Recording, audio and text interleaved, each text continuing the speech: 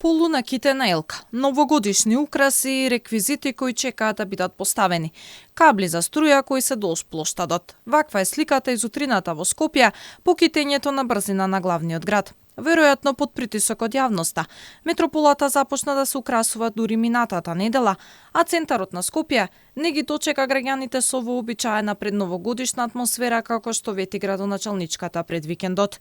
Плоштадот денеска е несреден. Каблите помалку ги плашат скопјани, оти буквално се наоѓаат на пешачките зони. Оние кои го украсуваа градот, кога нашата екипа беше таму, не сакаа да се снимаат, но објаснија дека каблите мора да бидат така поставени за да светат украсите и оти нема никаква опасност бидејќи се изолирани. Како и да е, градските власти ќе им овозможат на скопјани само 10 дена од старата година да се порадуваат на предновогодишна атмосфера. Иако беше најавено дека градот ќе блесне во сиот свој новогодишен сјај на 15 декември. 2 дена подоцна од рокот кој што самата градоначалничка си го постави, утринава на градскиот плоштад може да се забележи дека се уште се поставуваат новогодишните украси.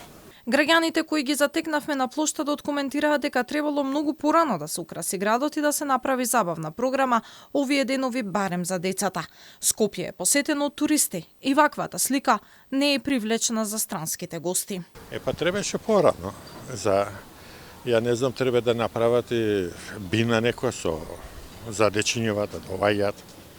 Нели со Дедо Мразовци, со онака внуката да ја донесам да си погледа. Требаше порано, требаше пред месец дена да биде среден площад. Други години бил само за короната не беше, иначе другите години пред месец дена било средено ова. Ги забележуваме уште еве и каблите од инсталација овде дека останале цела ноќ, ваквата гледка утринава.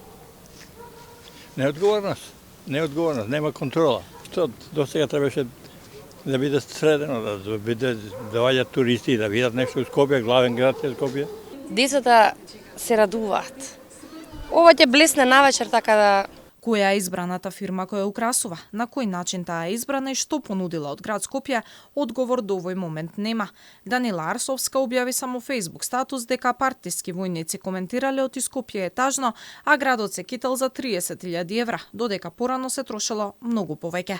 Во истиот статус од пред 5 дена, Арсовска се обврза дека новогодишната магија во Скопје ќе блесне на 15 декември, што не се случи.